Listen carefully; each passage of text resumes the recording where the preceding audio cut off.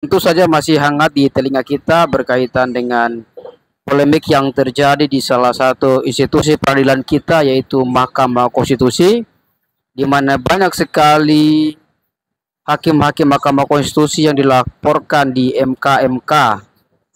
Ini tentu menjadi satu peristiwa yang baru pertama kali terjadi, dan begitu masifnya banyak unsur-unsur akademisi dari berbagai macam latar belakang yang kemudian datang ke mahkamah atau MK-MK untuk kemudian melaporkan berbagai macam dugaan-dugaan pelanggaran yang dilakukan oleh hakim-hakim Mahkamah Konstitusi sekaitan dengan putusan Mahkamah Konstitusi yang sangat krusial, yang sangat kontroversial, yakni tentang ketika ingin menjadi capres maupun cawapres tidak mesti berusia 40 tahun asalkan pernah atau sedang menjadi kepala daerah yang dipilih melalui pemilu.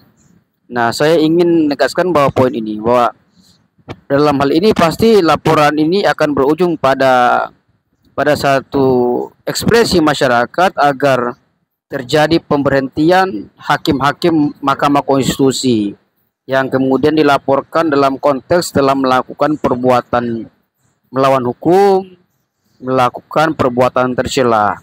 Nah, memang kalau kita baca dalam Undang-Undang Mahkamah Konstitusi ada beberapa hal yang kemudian dapat kita katakan bahwa hakim Mahkamah Konstitusi itu dapat diberhentikan baik secara hormat maupun secara dengan tidak hormat.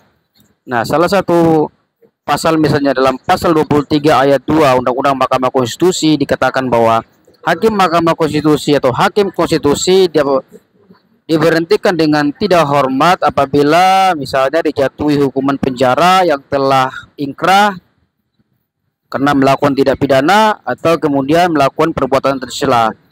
Nah, banyak pihak yang mengatakan bahwa hakim MK hari ini dalam perkara akuo, perkara judicial review syarat capres maupun cawapres, disinyalir atau diduga terdapat konflik of interest, ada kepentingan terhadap putusan yang mereka jatuhkan. Nah, ini kalau misalnya terbukti, tentu Mahkamah Konstitusi telah melakukan suatu perbuatan yang tercela yang tentu tidak dapat ditoleransi, sehingga ya dapat diberhentikan dengan tidak hormat.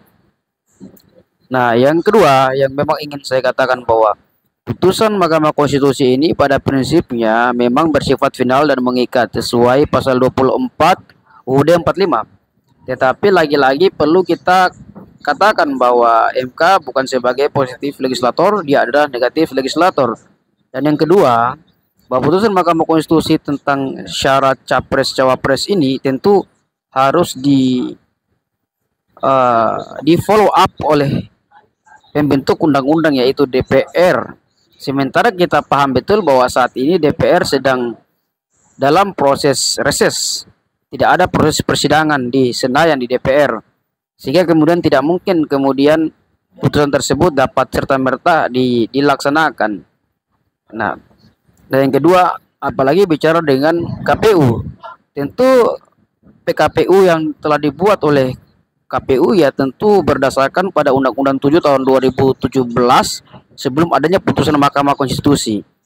Nah, dan itu pun kita harus paham bahwa PKPU yang dibuat oleh KPU berkaitan dengan proses-proses pendaftaran, penetapan capres cawapres itu tentu saja ya PKPU-nya dibuat dengan berkoordinasi dengan DPR gitu, tidak dibuat secara sepihak. Nah, ini menjadi sebuah catatan, artinya bahwa pada prinsipnya ya putusan ini tentu tidak bisa di putusan Mahkamah Konstitusi ini tidak bisa kemudian diterapkan secara langsung. Nah, ini ada tahapan-tahapan. Apalagi penetapan capres-capres sudah sangat dekat ya. Dan ini tentu perlu perbuatan yang sangat extraordinary ketika ingin putusan Mahkamah Konstitusi dapat dijalankan. Nah, kalau kemudian ingin dijalankan, maka kalau kita baca berbagai macam berita-berita ya harus ada Perpu. Nah, saya ingin katakan bahwa ya tentu Perpu harus mengacu pada putusan Mahkamah Konstitusi lagi ya. Kita kembali lagi ke MK kali ini. Tahun 2009 tentang syarat-syarat penetapan Perpu. Nah, kalaupun kita misalnya ada Perpu ya, diharapkannya ya Perpu yang ada ini tentu menjadi sebuah Ya misalnya untuk memperlakukan ketentuan tersebut membutuhkan instrumen hukum peranata hukum berupa peraturan pemerintah pengganti undang-undang dari presiden. Maka menjadi sebuah pertanyaan, yakni ini tentu menjadi uji keberpihakan dan uji adanya konflik of interest. Nah, kalau misalnya presiden menerbitkan perpu untuk mengatakan bahwa peraturan tersebut itu dapat dilaksanakan, maka tentu orang semua yang berpikir bahwa sejak awal putusan ini ada keterlibatan di antara lingkaran keluarga, yang publik mengatakan bahwa MK telah berubah menjadi mahkamah keluarga, di mana putusan tersebut ini adalah berkaitan dengan anak presiden yang ingin maju cawapres, dan di saat yang bersamaan presiden menerbitkan perpu yang isinya kemudian melaksanakan ketentuan tersebut untuk dapat diterapkan, dijalankan. Tentu saja ini menjadi sebuah skandal besar dalam demokrasi dan semua publik akan menilai. Tapi lagi-lagi di sini menjadi underline saya bahwa putusan Mahkamah Konstitusi ini kemudian tidak bisa serta-merta dapat dilaksanakan karena keadaan sekarang ini adalah harus mendapat follow up dari DPR. Adapun KPU ingin menetapkannya, maka dia akan melakukan perombakan peraturan KPU, dan perombakan ataupun revisi peraturan KPU harus ada koordinasi daripada DPR RI.